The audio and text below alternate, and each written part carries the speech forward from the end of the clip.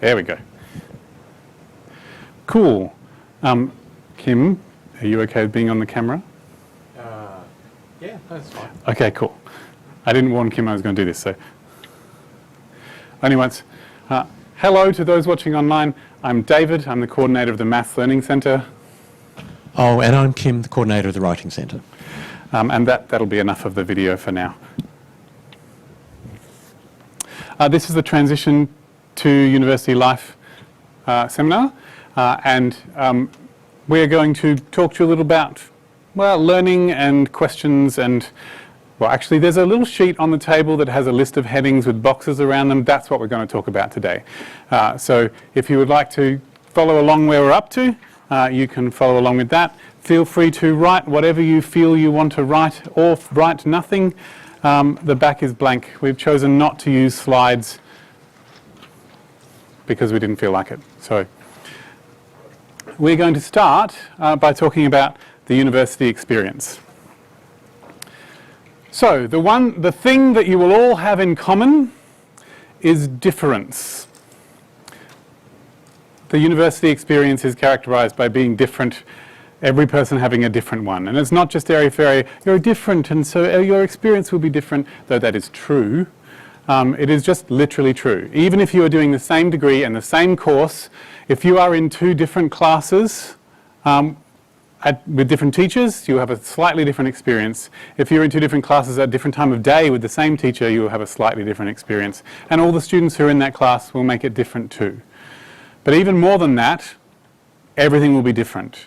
And so when we were asked to do this seminar, we thought, well, we can't really cover all the possible university experiences, but what we can do for you is give you an idea of what the variety of options to choose from are, so that when you come to do your courses, you can ask the right questions to figure out what's happening.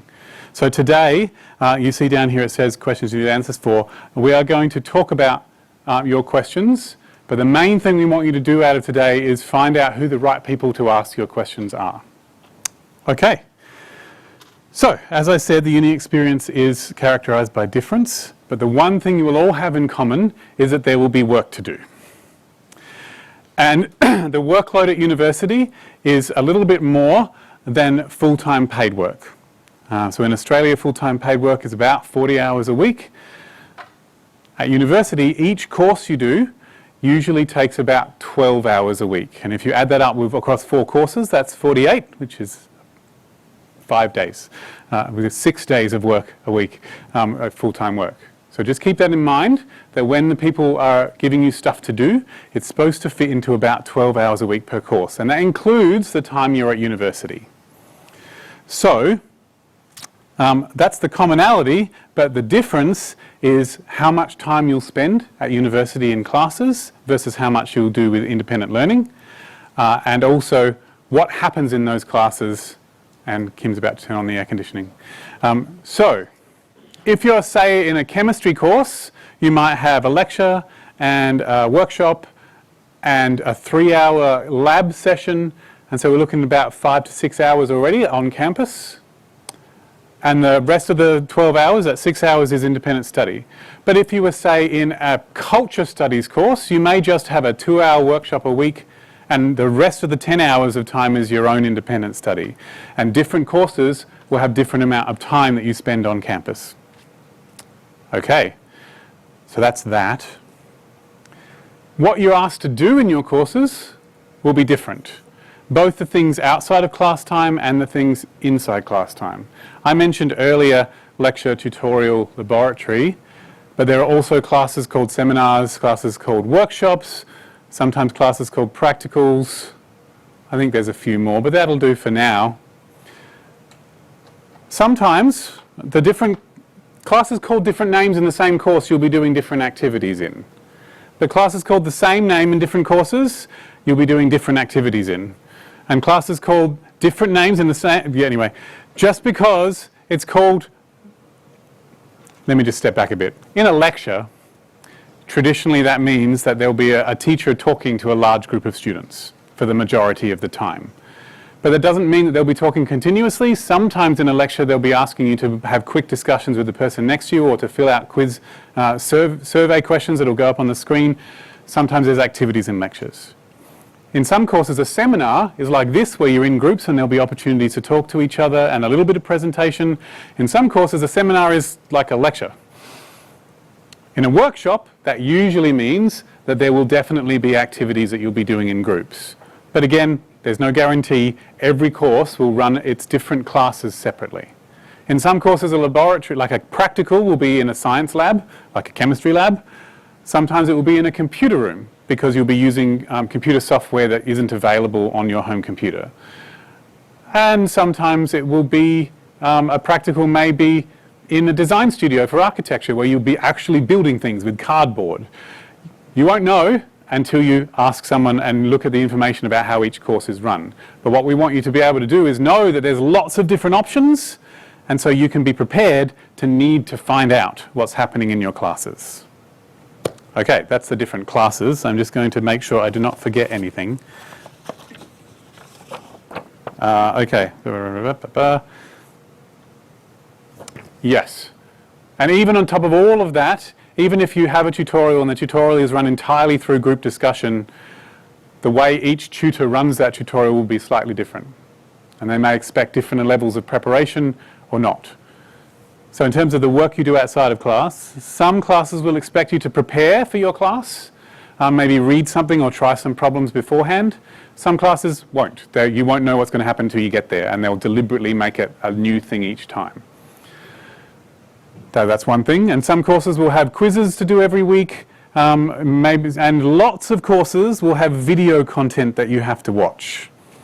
So if you've been to your course planner, it will often say, you know, enrollment class lecture, and then you'll click on it and say, there's no actual face-to-face lectures after all. That usually means that those lectures are pre-recorded videos that you have to watch. It is quite difficult for some students to fit in all of the video content they're supposed to watch every week. For example, in first year maths, in Mathematics 1A, for example, there'll be about 2 hours of video content to watch a week, and you're going to have to fit it into your life. I recommend making a timetable for yourself with your scheduled classes and a spot where you're planning to watch the videos. Partly so that you remember to do it and you don't get 5 weeks behind and you can't do your assignments because you haven't seen the videos. And partly so you can convince your family and the people you live with that you're actually doing stuff. Or they'll ask you to like drop your brother off at school or go shopping or whatever for you. And you say, no, I'm watching the videos at that time. So that's just a recommendation. Doesn't work for everybody, but sometimes it's useful. Sometimes they'll give you a book of several professional journal articles to read that you'll discuss in the classes. There's lots of different activities they can ask you to do. And my recommendation is to do them all. Give them a go, because the people who have set you those things to do believe that it will help you learn. All right, I think that's the end of my list. Kym. I'm just going to talk with you a little bit about assessments. In a similar way to how David described the way you might be taught might be different or will be different, assessments come in all sorts of different forms. One thing that's worth knowing is that assessments will occur all throughout the semester at different times. So that's another thing you might wish to plan for. As well as scheduling when you're going to look at your YouTube videos or prepare for lectures or seminars, you might want to schedule when you want to prepare for each of your assessments, because they'll all drop at different times and different teachers will schedule your assessments at different times. The other thing that's worth noting is that often we'll call an assessment something using the same name. For example, we might call something an essay. But it is just as likely that essays will have different requirements. They may have a different form. So we greatly encourage you to have a very close look at the requirements for each assignment so that you understand what the nuances are and what's been asked of you. And if you're unclear about what the difference is, you should feel free to ask. Okay? You will typically be submitting your assignments online. But having said that, assignments can take all sorts of forms. We've seen assignments that involve group work, assignments that might involve making presentations as well. So I guess the important thing is, as much as you are all different, your assignments may be all different as well. So just make sure that you understand where an assignment might be the same or similar, or where an assignment is different, and feel free to ask if you're unsure about what those differences are. And as assignments can be spread across the entire spectrum of your semester, just try to schedule that in your study plan and how you wish to work as well. Yeah, it is not uncommon to have assignments for multiple different courses all due on the same day. Nobody coordinates these things, so just keep that in mind. The other difference in assignments is some courses will have lots of little ones, some courses will have like 3 big ones, some courses will have an exam, some won't. That's just worth noting that it won't be the same everywhere, and to have some compassion on students who are having lots of assignments. Yeah, and the other thing to reinforce is, often we'll ask you to do a piece of work or to do something that does not contribute directly to doing an assignment, but it will be aimed at helping you develop a greater understanding of the content. Yeah, so as I said before, give everything a go, whether it's awarded marks or not, or whether it's part of your grade, give it a go, because everything that you do will be useful for making sense of the content and therefore doing assignments later. Or possibly your life will just be better and more fun if you actually join in. Okay, and on that note, we are now up to learning. We've said a lot of the activities you're asked to do are to help you to learn, and that is the one common thing that everyone has. That is the point of university, to learn things. And so I'm going to talk a little bit about what learning is made of, and some advice about how to go about learning. And then Kym's going to talk about cognitive hygiene, which he will describe what that means when we get there. So I'm going to talk about what learning is made of. And learning is made of 3 things. And before I write them down, I'm just going to stop and take a breath. Okay, I feel a bit better now. Learning is made of 3 things, and I'm going to write them down and say them. And the 3 things are remembering,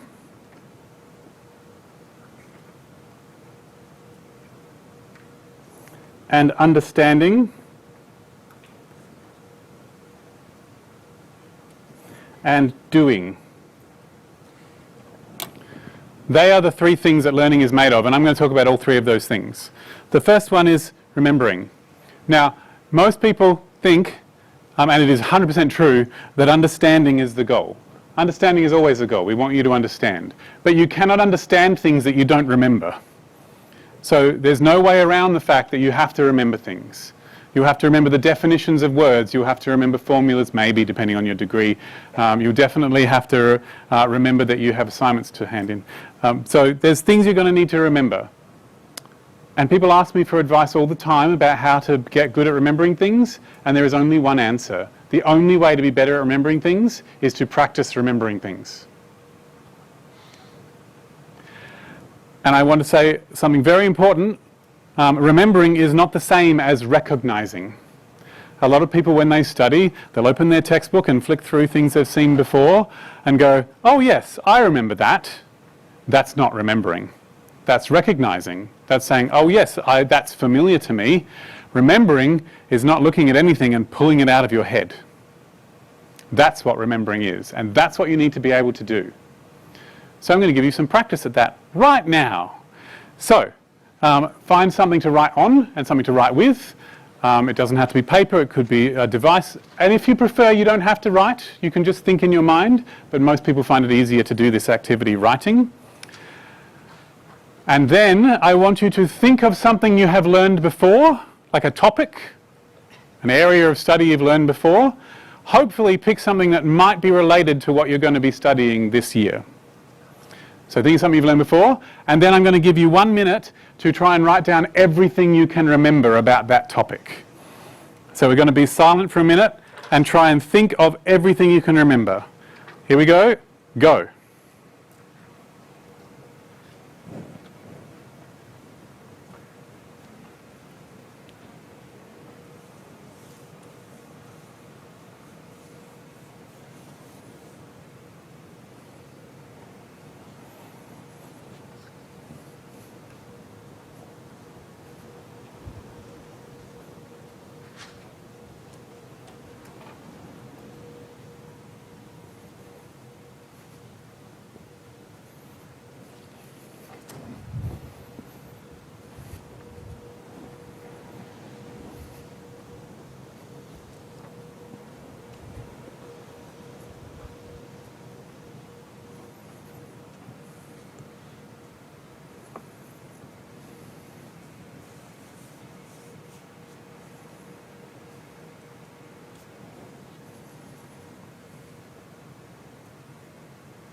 Stop.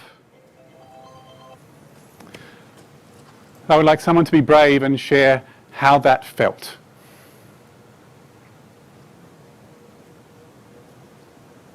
Okay, can I share? Yep. So, in the beginning, I was like, yeah, this is going to be easy because I remember everything to write. But as soon as I started writing, it all went blank. I was like, this is just 1 minute. What am I supposed to write about this?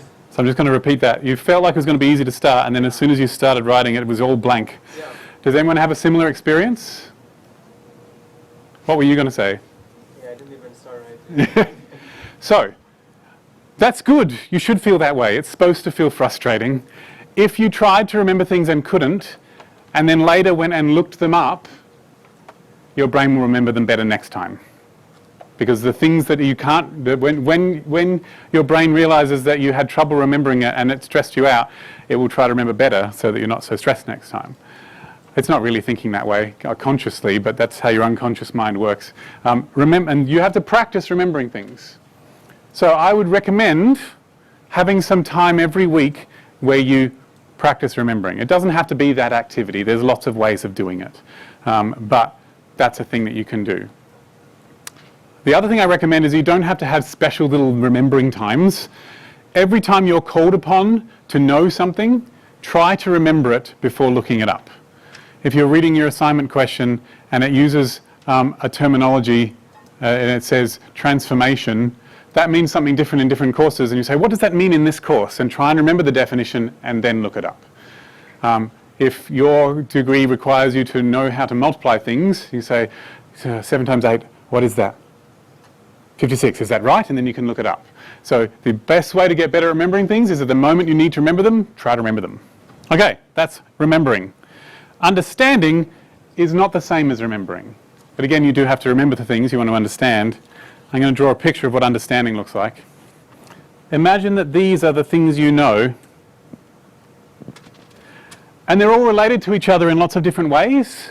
So it may be that you know that these two things are the opposites of each other, or this thing happened before this, or these are similar in that way, or they're all connected in various different ways. And ideas being connected in your mind is what makes you feel like you understand them. The sensation of understanding is about connections in your brain. And when you learn a new thing, you will not feel like you understand it until you connect it to things that you already know. So in order to understand, you have to ask questions like, how is this similar to this other thing I already know? How is it different? Is it before or after? Why is this concept here in this course instead of earlier or later? Some of these questions you can ask yourself. Some of them you can ask your lecturer. A very good question you can ask your lecturer if they say any questions is, how did you decide to do that? Because that's a useful thing to help you understand, to connect it to the situation you're in. And it doesn't have to just be to other bits of the course. You can say, this Shakespeare play reminds me a lot of Disney's The Lion King. You can connect things to things that you also know from the rest of your life, and that can help you feel like you understand them as well. So spend some time explicitly thinking about things to try and see how they're similar, how they're different, how they're connected. That's understanding. Oh, and also understanding helps you remember things better. Because if you were trying to remember this fact here, you could remember any of these facts, and because they're connected, it can remind you of this one. All right. And the last thing is doing. Sometimes there are things that you're learning that are actions that you need to be able to perform smoothly and or quickly. So for example, if you're a chemistry student, you will have to get good at using a pipette in the lab. And that is a physical skill you have to get good at. And the only way to get good at that is to practice it. One physical skill that you might need if your course has an exam is the skill of writing with your own hand continuously for 2 hours. That's a difficult physical skill, and if you don't practice that regularly, it will hurt. So I recommend if you have physical skills that you need to be good at to do your degree, find time to practice them. Luckily, this a task we did earlier of writing down everything you can remember also practices writing. But it's not just physical skills, it's cognitive, as in thinking skills as well. For example, deciding what to do when presented with an essay question. That's a cognitive skill that is separate skill from actually writing the essay. So you can, for example, give yourself, make up some essay questions or get like a machine to make some up for you, and just for each of them go, what would I do for this one? What would I do for this one? What would I do for this one? And practice the act of deciding. So you can pull apart a lot of the things you're asked to do into small pieces and practice those pieces. And I've said practice about 10 times now. It's really important, but you have to practice carefully, because practice doesn't make perfect, practice makes permanent. If you practice something wrongly, you'll do it wrongly really well. So you have to check if the thing you're doing, that you're practicing, is the thing you want. So every time you try something and practice it, you should check if it's turning out the way you hope, if it's actually the thing that you want. And every time you get a little bit better, reward yourself and say, yes, I'm a bit better. Don't punish yourself for doing things wrong. Reward yourself for being a bit better than before. There's some thoughts about practice. So these are 3 types of learning. When you're thinking about how to organise your time in a week and across a semester, you are going to have to find times to do all these things, to practice remembering and to think about connections for understanding and to practice any skills that you need to do. Okay. Cool.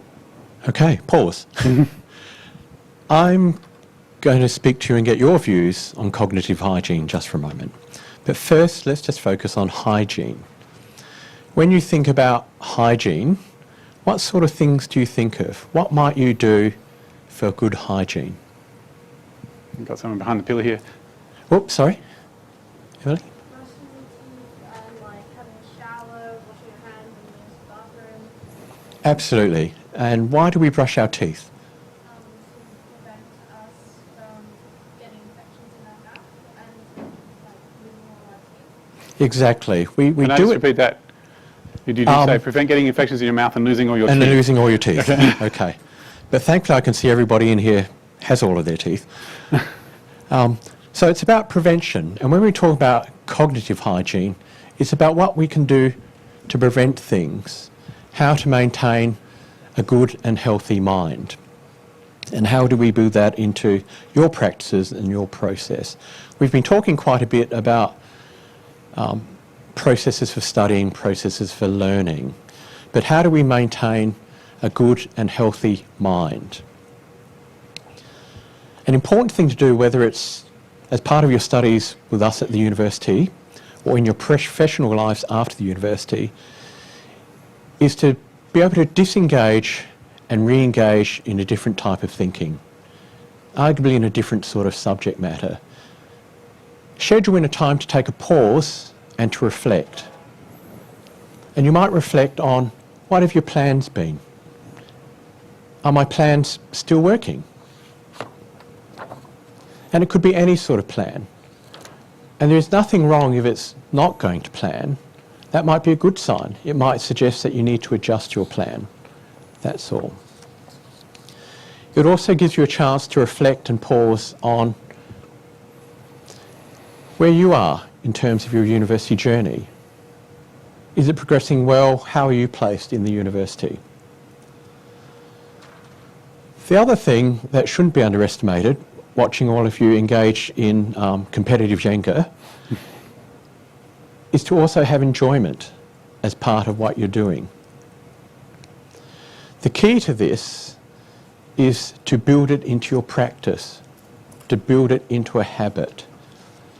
It might be competitive Jenga with your new friends, scheduled twice a week, every week, or it might be something else. It might be just a moment where you pause at the end of each semester and think of, where am I? How are things going? Are things still on track? Do I need to ask some questions? These are all important things to help you maintain a healthy mind and a good level of resilience as you go through, particularly your time with us at the university and elsewhere. Now, I'm just going to give you a moment to pause and think about what might be some of the things you either do currently or you might do in the future as part of your practices to achieve this cognitive hygiene. And you can share, if you wish, you can share it with your other students at the table, or you can just keep it to yourself if you like. Can I recommend we think for about 30 seconds without speaking for a minute so people have a chance to collect their thoughts, and then if you want to start talking, you can.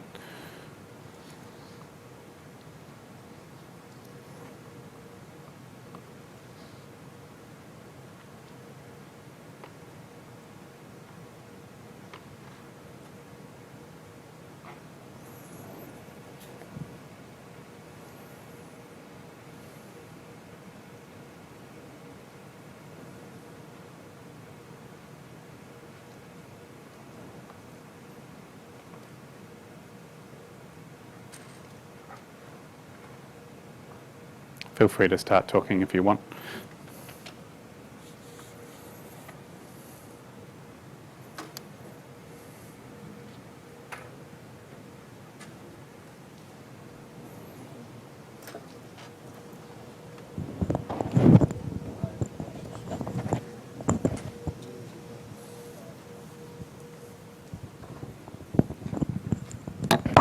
I'm going to take it with me while I'm...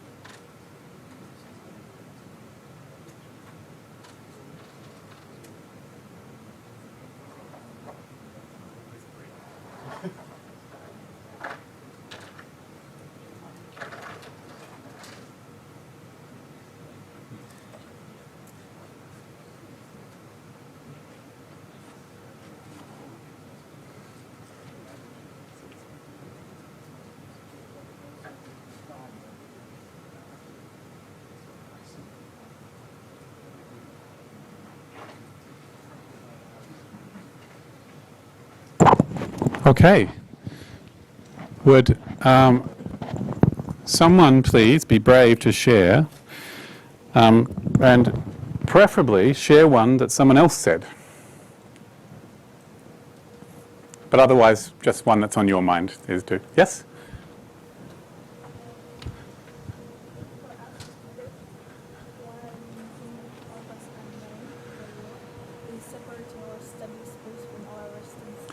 Okay, so I'm going to repeat that. So one thing that might help you unwind when you need to is to separate your study space from your resting space. So you mean not having them in the same, well, same room if you can, and maybe opposite sides of the room if you don't have that much space in your life. Yeah, something like that? That's a good suggestion. Haven't heard that one this week yet, so well done. Does anyone have another suggestion? Yep. So sport as a physical outlet. Does anyone else play sport? Cool. It's not necessary, but a lot of people do find it useful. And I should say, someone earlier today said walking. It's not a sport, but it's still physical activity. Yeah. But everyone's going to do this differently.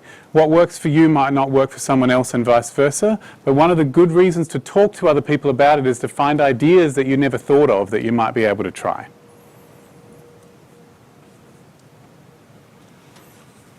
Right, actually we do have a special thing we wanted to say at this point, wasn't it? Yes. You are capable of this. You can do it. You'll be able to pull off uni. You can do it. No one says that enough, so that we're saying it now. And look, we trust you to know yourself, and the people who teach your classes trust you to know yourself. And what that means is they trust you to ask questions when you need them. So if you don't ask questions, they're just going to assume you're okay. So one of the things that makes you an independent learner, an independent person, is knowing when to ask for help. Asking for help doesn't mean you're not independent, it means you're capable of knowing what you need. I'm going to say an acronym at this point. It's got 4 of the same letter. Successful students seek support.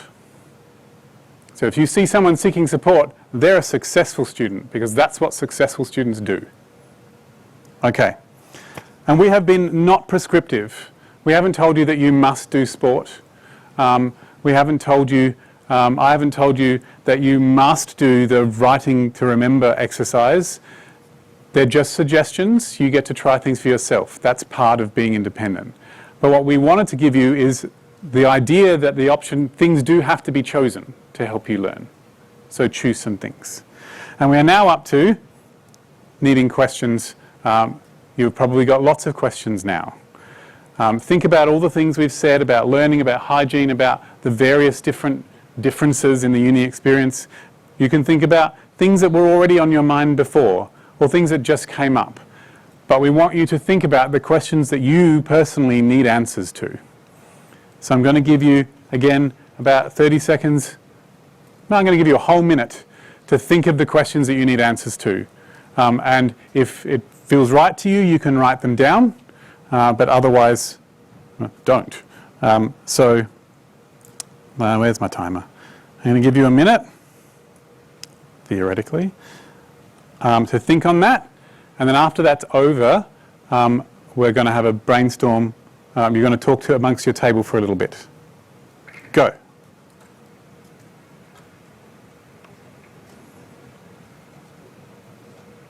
Yeah, maybe 45 seconds.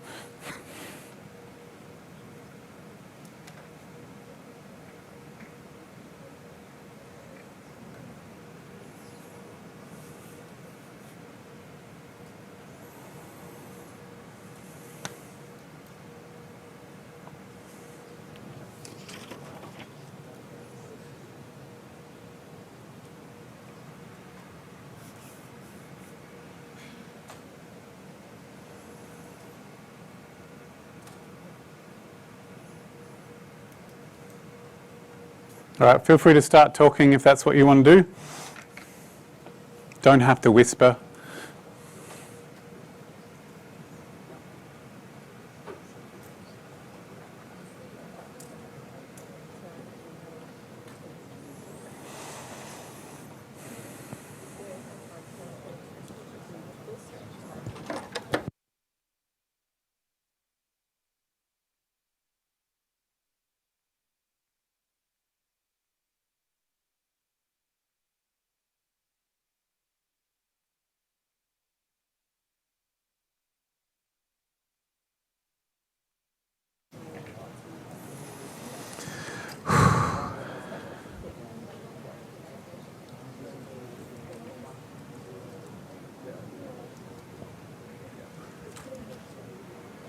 All right.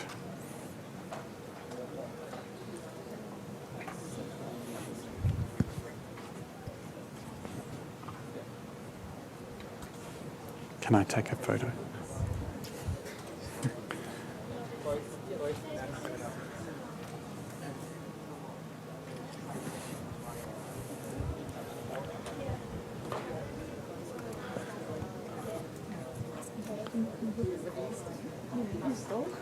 Right there, good.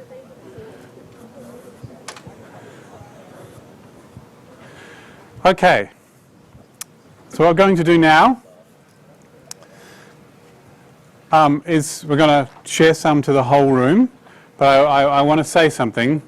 You can either ask a question that's on your mind, you can ask a question that someone else said, you can even ask a question that you think someone might have, even if you don't have it. You can imagine, what question might a person have?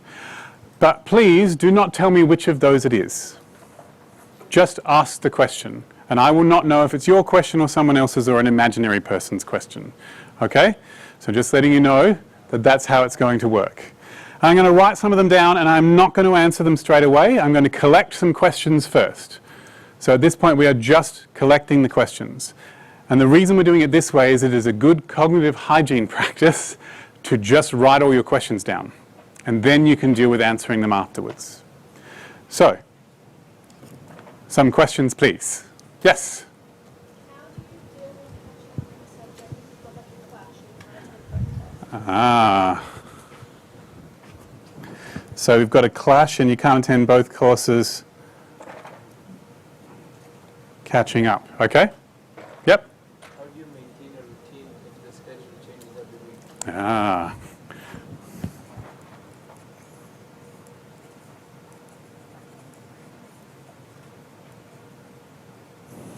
Okay. Yes. I'll come back to you. Two questions. Do we need to book for your free math tutor thing? And why are you calling it mental hygiene instead of mental? Okay. Cool. Book the maths learning.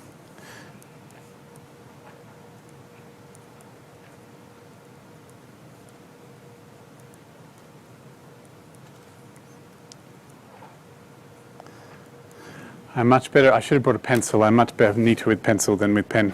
Pen just slides around. You had one. Yeah. What should I do if I'm feeling overwhelmed with my student work and my part-time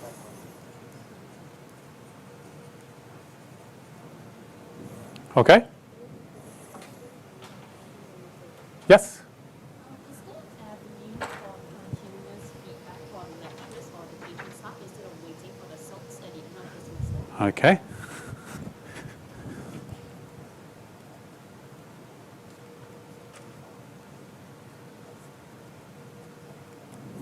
Yes? An extra clarification after a lecture. How do I book a meeting with the tutor? Okay, meeting with tutor.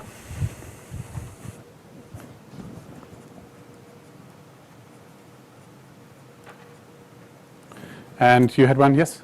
How do you, does someone you can go to get directions to classes? All right. I'm going to stop there. I'm sure you have other questions, but there's only so much time we have. And some of these questions we're going to answer right now, and some of them we won't. But we are going to tell you where to find answers to this kind of question. So, all right. I might cover this now rather than at the end, since it's on the list. I'm from the Maths Learning Centre. It is the Maths Learning Centre's job to support all students to succeed, like to engage with maths wherever it turns up in any of their courses. It doesn't have to be a maths course. There could be, you could be doing a law course and one of your case studies once across the whole semester has 1% in it, and if you want to talk to someone about that number, then you can come to the Maths Learning Centre. Or you have a engineering degree and you're doing a maths course and you've got 2 maths assignments a week, you can talk to us about that too. So that's what it's for. It's a drop-in service. You do not make appointments, you just turn up. At the moment, during semester, it's 6 hours a day, Monday to Friday, 10 a.m. to 4 p.m. And you just drop in, sit down somewhere, and someone will come up to you. Yeah? Where is it? It is on level 3 of Hub Central on the eastern side. Okay.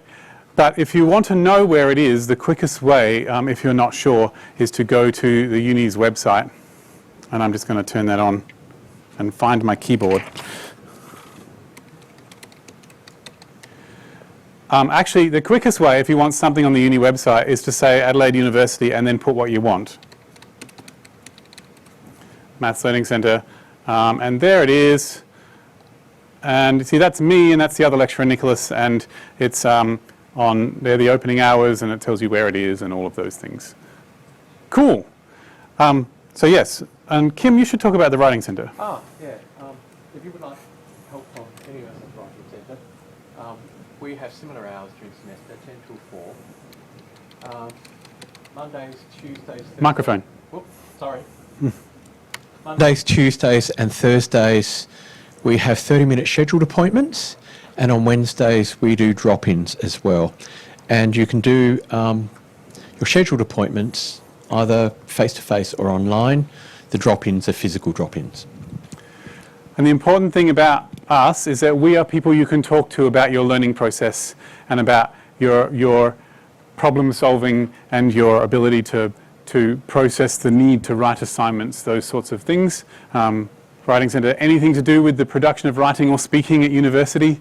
Maths Learning Centre, maths, and we're people you can talk to about those things. Okay. The other thing is sometimes you may not be quite clear about what the question is that you would like to ask. And we're very happy to help you identify exactly what the issue is that you would like to seek help on as well. Yeah. Okay. So it sometimes turns out that people come and talk to us about stuff, and it's not our job to help you for that. And then what our job becomes is to help you find the right person. And that's true of almost everyone in the university. If you talk to someone, and you go up to someone, you know, the staff or whatever, they will almost always help you to find the right person. And if they don't, you can say, can you help me find the right person? But that's most of our job. And there are lots of other academic skills support as well available. Just want to point them out. And you can find out about them, and there'll be lots of opportunities for you to find out about them, and there's a handout at the back that you can take when you go. Okay, so let's get back to the questions. So, what if you have a clash? How do you catch up?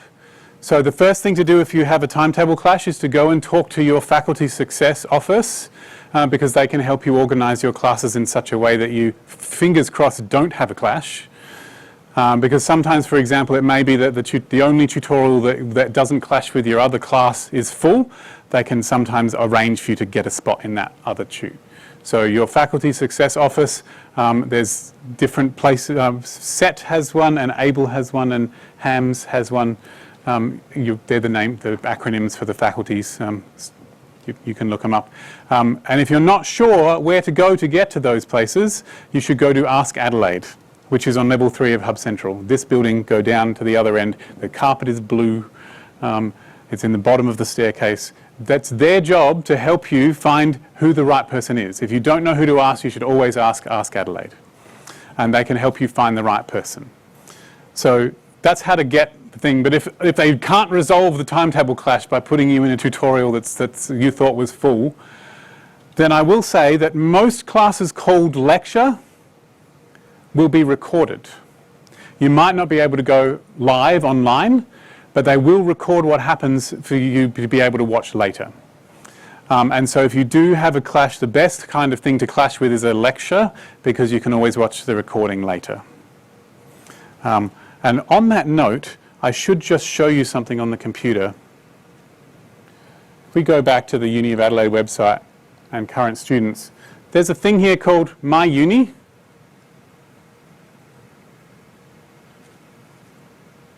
Oh, all right. I've already signed in. I didn't mean to do that. When you sign into My Uni, you'll put your ID number, you'll put your password, and then it will ask you for the multi-factor authentication thing. You need to set up multi-factor authentication. If anything with tech, including that, you can talk to the IT crew about that. They have a phone number, and they also have a face-to-face drop-in area next to Ask Adelaide. The desk is orange. It's open 4 hours a day, so you can drop in there to talk to them. This is My Uni.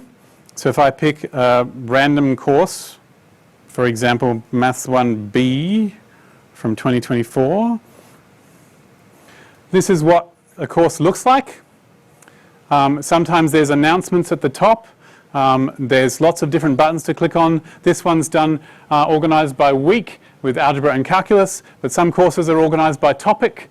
Each My Uni course will be different. As we said, every course is going to be a bit different, and I recommend that as soon as your My Uni course is open, go into My Uni and click on everything. Click on all of it and find the instructions. This is where you will find those assessment instructions that Kym mentioned earlier that describe what sorts of parts are supposed to be in the essay. This is where you will find how to contact your lecturer. So some courses, you can literally just go up to the person teaching straight after the class and ask them questions then. Most courses will have a specific hour or several hours a week where you can go and talk to people from the course about the course material.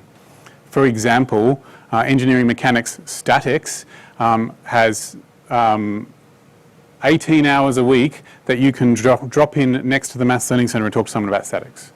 Whereas some lecturers, there's just the 1 hour and you go to the lecturer's office. Some lecturers are okay with you emailing them. Some of them, there's a specific form you have to fill out in order to contact someone. And some of them prefer you to use the discussion board. As I said, click on everything and you'll find out how it's done. Usually the very first class is when they will tell you all this information. So if you are going to miss any class, don't miss the first one, because it's where that information is. Okay, they will record that one usually, because I know how important it is. Your schedule won't usually change every week. But there will be some weeks where some courses only have a tutorial every second week, something like that. But your life may change every week, and you're going to have to deal with that somehow. Have plans of things that you know won't change every week and hang the rest of your life around them. But what you need to do is make sure that there is spaces for things, and if you need to every week sit down and replan your roster for the week, then put that in your roster as a thing to do. That's all I can suggest. How do you give feedback to the teaching staff? Sorry, I'm back here. Well, every semester there will be a thing called a CELT, a Student Experience of Learning and Teaching, which is a survey you can fill out about the course, and that's usually right at the end of semester. Please fill them out. It's the only way for most staff to get feedback about how they're doing. But as you've noticed, that's too late to make a difference to the course you're currently in. It might make a difference to next year's students if you fill it out at the end, but it's not so helpful now. Some lecturers will give you an opportunity in the middle to fill out a survey, but it's never a bad thing to email your lecturer to just say how you're doing. My best recommendation is to email them whenever they're doing something you like, because they never get that feedback. They only get people complaining.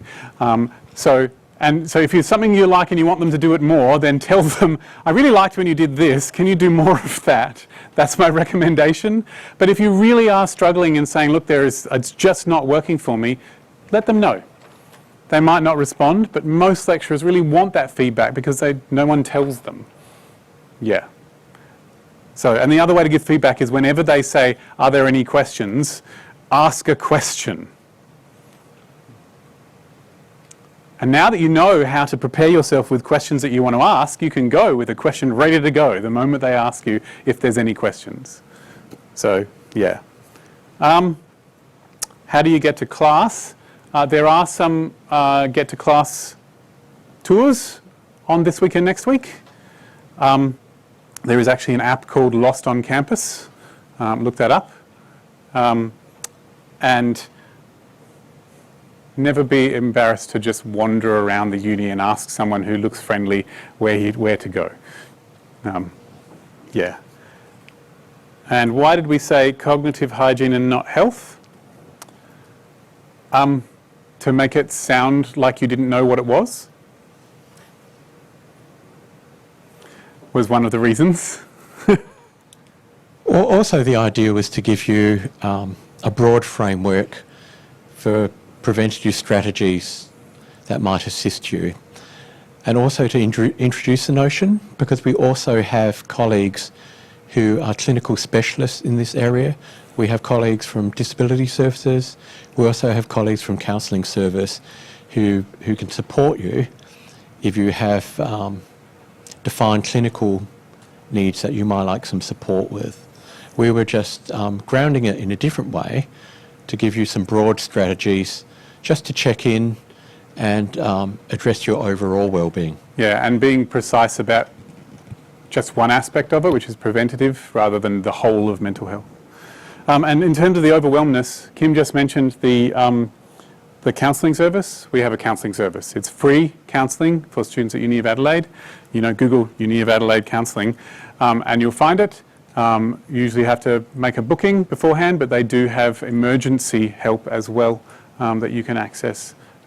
So that's a great person to talk to just about feeling overwhelmed, and they can actually help you make plans to manage your time, and they have some time management resources as well that you can look at. So I get the overall message is that there are many, many people at the university whose job it is to help you, but what you need to do is ask. And if you can't find the right person, any person will usually help you find the right person. So please seek support. That's what successful students do. And now you've got lots of questions. You're ready next week to find out the answers during O Week to all your questions. Thanks for being here. I have some requests. Could you please separate the handouts that have been written on from the ones that have not been? Put all the building materials back in the box and the pens in a pile.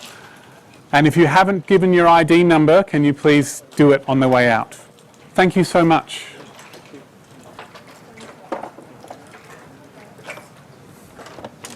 Because I